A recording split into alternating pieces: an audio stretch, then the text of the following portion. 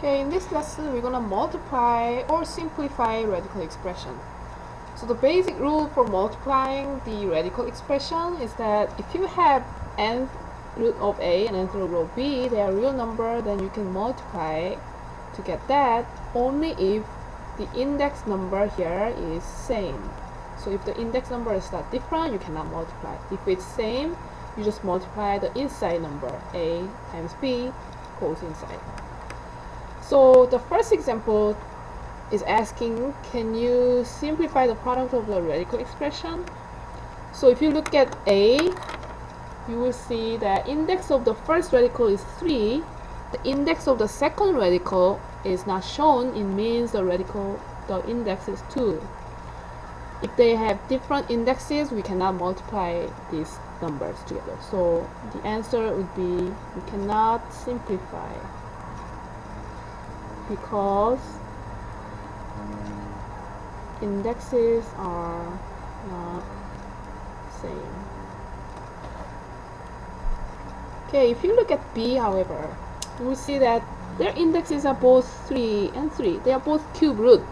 That means you can actually multiply. So when you multiply, you take the same index, which is 3, and then you're going to multiply the inside number, which is -4 times 2. You're going to write that inside the radical, which becomes -8. So basically, it's cube root of -8. So what number to the third power equals to -8? Well, the answer is -2. So this expression itself is equal to -2. So this is a little side note. Okay, now we're going to talk about simplifying the radical to go through that example. So before we do that, this is just a reminder of the simplification. If you have nth root of a to the nth power, you know this root and then that exponent cancel each other out, it just becomes a. For example, if you have square root of 18, 18 we can rewrite as, okay, 18 is 3 times 6, 6 is 2 times 3, so 18 is basically 3 to the square, 3 square times 2, because that's 9 times 2. So I'm just gonna rewrite 18 as 3 square times 2. So now this part, it has an index of 2 and the exponent of 2. So this part can come out and it becomes just 3. Now this 2 does not have exponent of 2. So that means it has to stay inside the square root, and will become 3 root 2. So that's the rule. You have the same index and same exponent. You can cancel out. Whatever doesn't have it should stay inside. If you look at square root of x to the third power now, in order to take that out, you want to make it into something squared. But this one is odd number, so you cannot make it into something squared. So you can just have x squared by itself. And then that's just x squared. We need another x to make it x cubed.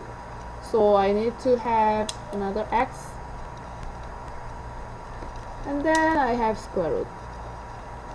Since the square root has index of 2, I can cancel this 2 and I will get x by itself, because that one comes out.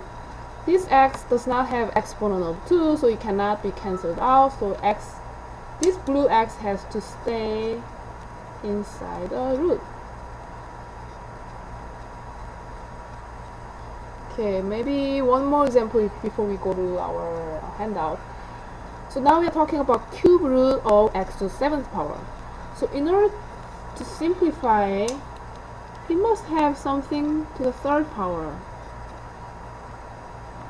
You will notice that 7, you cannot divide 7 by 3. You will have some kind of remainder. If you actually divide it, it will go 3 goes to 7 2 times. So what should go inside this parenthesis will be x to the second power, because 2 times 3 is 6. But then that's not equal to 7, so we'll need another x. Let me write that in blue. So this part will make up 2 times 3, which is 6, times another x will make up 7th power. Now we can cancel out this 3 and that 3, and I can have x squared outside of the root, and I still have this blue x inside the square root. Okay, hope this makes sense. So we're gonna go to our real example on our handout. What's the simplest form of this? Okay, we have cube root, so that means in order to take anything out, we need the exponent of 3. We know 54 is, I don't know, 6 times 9, 9 is 3 times 3, 6 is 2 times 3. So 54 is basically 2 times 3 cubed. 2 times 3 times 3 times 3. And then we have x to the 5th power. So we are basically dealing with the cube root of 2 times 3 to the 3rd and x to the 5th. So you notice that this 3 and this 3 can cancel out, 3 can come out.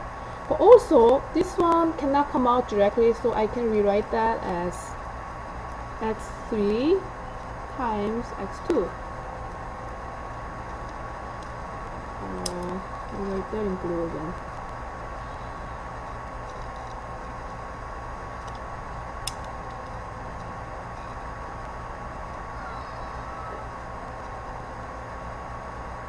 So now we know this 3 and this 3 can cancel each other, will become 3, and this 3 and this 3 will come out, and this will just become x. Inside the square root, we still have 2 and x squared. Because they don't have the power of 3, they cannot come out. Oh, never mind, that's not square, that's the cube root. So cube root.